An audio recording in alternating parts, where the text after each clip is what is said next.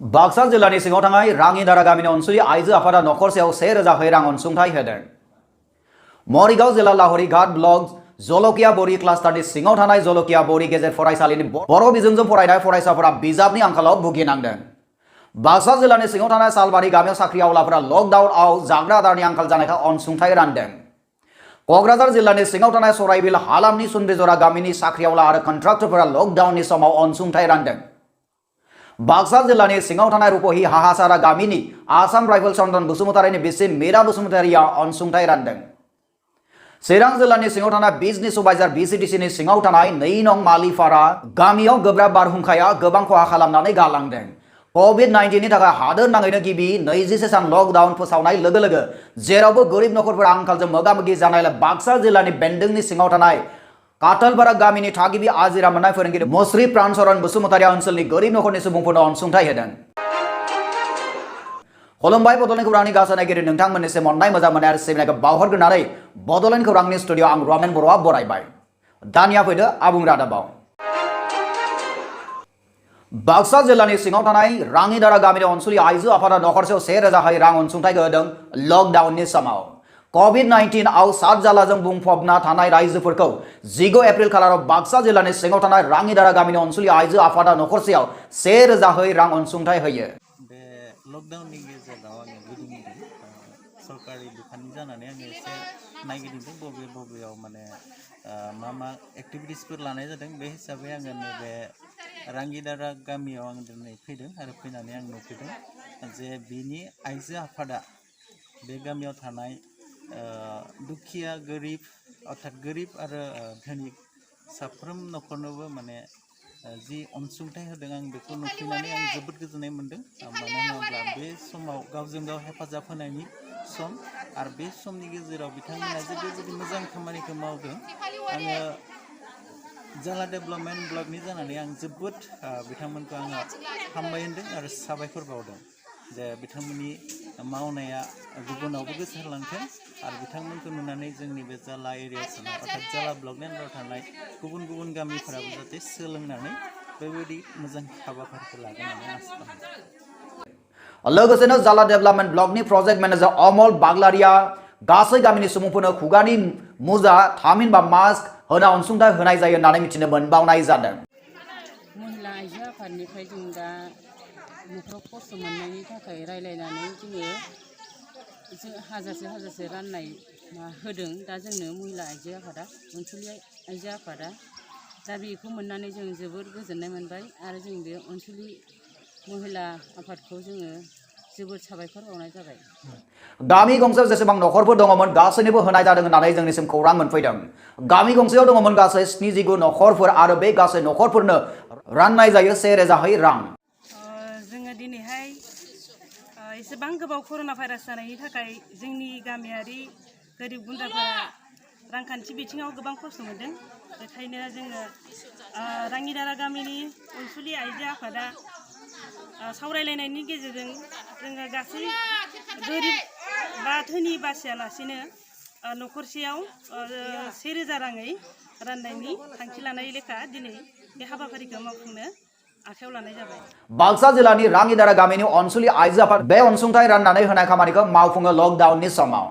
बाक्सा जिल्लानि सिमला थानानि सिङाव थानाय राङिदारा गामि बे राङिदारा गामिनि अनसुलि आइजो आफादा दिनै भाइरास बेमारनि जाहोनाव लकडाउन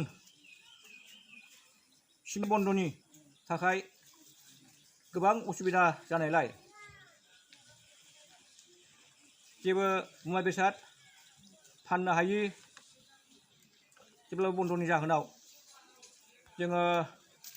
बे अनसुलि आइजो आफादा नखरफ्रामनोबो 1000 अनसुंथाइ होनाय जादों। बाक्सा सिमलानिफ्राय गलाब बसुमतारीनि रिपर्ट बड'लेण्ड खौरां। मरिगाव जिल्ला लाहरी घाट ब्लक जलकिया बोरी क्लास्टारनि सिङाव थानाय जलकिया बोरी गेजेर फरायसालिनि बर' बिजोंजों फरायनाय फरायसाफोरा बिजाबनि आंखालाव भुगिनांदों। सोलोंथाइ खोन्दोआव बेबायदि जाथाया गोदान बाथ्रा नङा। मरिगाव जिल्ला लाहरिघाट ब्लक जलकिया बरि क्लास्टारनि सिङाव थानाय जलकिया बरि गेजेर फरायसालिनि बर' बिजोंजों फरायनाय फरायसालिफोरनि इयुना दा खोमसिनि लामाथिं होनजासै मानोना जलकिया बरि गेजेर फरायसालिनि बर' बिजोंजों फरायनाय फरायसा फरायसुलिफोरा दिनै दानब्रै जाबाय दिनैसिमबो फराय बिजाबखौ गांसेबो मोनाखिसै जोबोद दुखुनांथाव खौराङा बेनो दि गासै सा 60निबो बांसिन फरायसा फरायसुलिफोरा दायो बिजाब गैयै जेंनाजों मोगा-मोगि जानो गोनां जादों लोगोसे फोरोंगिरिफोराबो माखासे गुलाय गुजाय थासारियाव सम सानदान थिनहरनो गोनां जादों होननानै मिथिनो मोननाय जादों होमब्लाबो दानि खुंथाय सोरखारा जेबो राहा एबा मेगन हैखौ नुनो मोननाय जादों दा सोंथि सिखारो जलकिया बरि गेजेर फरायसालिनि बर' बिजोंजों फरायनाय फरायसाफोरा न्याय मोनगोन ने सोरखारनि मेगनाव बे फरायसालिनि सायाव गोग्लैगोन ने बर'नि माखासे आफादफोरनि नोजोरा बेवहाय गोग्लैगोन ने बे रादाबखौ जोंनिसिम दैथायहरदों मरिगाव जिल्ला लाहरिघाट ब्लक सिंहा हेरुवा गामिनिफ्राय सुमिन मुसाहारिया बाक्सा जिल्लानि सिङाव थानाय सालबारि गामियाव साख्रि आवलाफोरा लकडाउनाव जाग्रा आदारनि आंखाल जानायखाय अनसुंथाइ रानदों थांनाय 14 एप्रिल खालाराव बाक्सा जिल्लानि सिङाव थानाय सालबारि गामियाव साख्रि आवलाफोरा लकडाउनाव जाग्रा आदारनि आंखाल जानायखाय अनसुंथाइ राननाय जायो होननानै जोंनिसिम खौरां मोनफैदों मोनथिनो मोननाय बादिब्ला अनसुंथाइ होगिरिफोरा माइरं दालि थाव बायदिफोरखौ गासै 30 नखरफोरनो सुबुंफोरनो राननानै होयो जोंनि खौरांगिरिनि सोंथियाव ओरैबायदि फोरमायथियो दान होगिरि बिथांमोना जाहाथे इयुन दिनफोरा जाहाथे मोजाङै थांथों बेखौ मिजिंथिबाय आसलते जों सालबारि गामिया जिमान साख्रिआला दं बेखौ जोङो बुथुमनानै जोङो जि हायो बेखौनो जोंनि दुखिया बे गामिनिफोरनोल' जों होनायनि मोनसे थांखि लादोंमोन आरो बेखौ जों दिनै मावफुंबाय मानो होननानै बुङोब्ला जों गासैबो साख्रिआला जुदि खौसे जानानै जे होनो हानाया बे जोंनि थाखाय एसे गोग्गाथाव आरो नङाब्ला जों साफा सानै होनायाव किसुमान दुखियाफ्रा थालांनायखौ जों नुनो मोनदों बेनिखायनो जों बे बेबस्थाखौ जों लानाय जादोंमोन आरो रुपहिनिफ्राय खौरांगिरि मडेल लिबारिनि रिपर्ट बड'लेण्ड खौरां क'क्राझार जिल्लानि सिङाव थानाय सराइबिल हालामनि सुन्द्रिजरा गामिनि साख्रि आवला आरो कन्ट्राक्टरफोरा लकडाउननि समाव अनसुंथाइ रानदों थांनाय 14 एप्रिल खालाराव रबिबार COVID-19 नि थाखाय गोबां सान लकडाउन जानायाव सुन्द्रिजरा गामिनि माखासे खामला हाजिरा मावनानै जाग्रा सुबुंफोरनो गासै 110 नखरफोरनो 4 केजि माइरं 1 किल'ग्राम संख्रि 200 मिलिलिटार थाव गुबै होनाय जायो होननानै जोंनिसिम खौरां मोनफैदों रेशन अनसुंथाइ होगिरिफोरा जाबाय फारिया आखान्थि फोरोंगिरि जपेन्द्र नार्जारी आखान्थि फोरोंगिरि बबिता नार्जारी कन्ट्राक्टर सहेन्द्र नार्जारी क'क्राझार DTO अफिसनि मावदांसा मीना नार्जारी बे रादाबखौ जोंनिसिम दैथायहरदों सुन्द्रि जरानिफ्राय धरेन्द्र नार्जारी बिथाङा बाक्सा जिल्लानि सिङाव थानाय रुपहि हाहासारा गामिनि आसाम राइफल चन्दन बसुमतारीनि बिसि मीरा बसुमतारी बिथाङा अनसुंथाइ रानदों थांनाय 14 एप्रिल खालाराव बाक्सा जिल्लानि सिङाव थानाय रुपहि हाहासारा गामिनि आसाम राइफल चन्दन बसुमतारीनि बिसि मीरा बसुमतारी बिथाङा अनसुंथाइखौ राननानै होयो बिथां दान होगिरिया हाहासारा गामिनि गासै गं 10 दुखुथिया नखरनो लकडाउननि समाव जाग्रा आदार माइरं दालि थाव बायदि राननानै होनाय जायो होननानै जोंनिसिम खौरां मोनफैदों रुपहिनिफ्राय खौरांगिरि मडेल लिबारिनि रिपर्ट बड'लेण्ड खौरां चिरां जिल्लानि सिङाव थानाय बिजनेस सुबाइजार BCDCनि सिङाव थानाय 2 नं मालिपारा गामियाव गोब्राब बारहुंखाया गोबां खहा खालामनानै गालांदों मिथिंगानि मिथिमोनै गेलेनाय चिरां जिल्लानि सिङाव थानाय बिजनेस सुबाइजार BCDCनि सिङाव थानाय 2 नं मालिपारा गामियाव गोब्राब बारहुंखाया गोबां खहा खालामनानै गालांदों थांनाय 10 एप्रिल खालारनि मोनाबिलिनि समाव 7:40 रिंगायाव हरखाबै बारहुंखा सिमब्रे फैनानै गोबां न' बां खहा खालामलाङो 2 नं मालिपारा गामिनि मुस्रि दद ब्रह्म बिथांनि माइ बाख्रिनि थिंखौबो बारहुंखाया बुखारलांजोबो होननानै जोंनिसिम खौरां मोनफैदों खमैबो 300 मन माइया सिजोबनानै सिलिंखार जायो होननानै मिथिनो मोननाय जादों बेल' नङा ओंखाम संग्रा इसिङाबो गैया जायो गंसेबो थिं बारिनि गय बागानाव 70 दाल गय बिफांफोरखौ सिफायनानै बागानखौ साइर' खालामलाङो बे रादाबखौ जोंनिसिम दैथायहरदों बिजनीनिफ्राय कनेन बसुमतारिया COVID-19 नि थाखाय हादोर नाङैनो गिबि 21 सान लकडाउन फोसावनाय लोगो लोगो जेरावबो जेरैबो गोरिब नखरफोरा आंखालजों मोगा-मोगि जानांदों बाक्सा जिल्लानि बेन्दोंआव थानाय काटलपारा गामिनि थागिबि आजिरा मोननाय फोरोंगिरि मुस्रि प्राणचरण बसुमतारी ओनसोलनि गोरिब नखरनि सुबुंफोरनो अनसुंथाइ रानदों गिबियावनो आं नोंथांमोनखौ आंनि गोसो गोथौ गोरबोनिफ्राय आं अननाय बावबाय थारैनो बे मोनसे दुखु गोनां बाथ्रा दि दानि बे कर'ना भाइरासआ जोंनि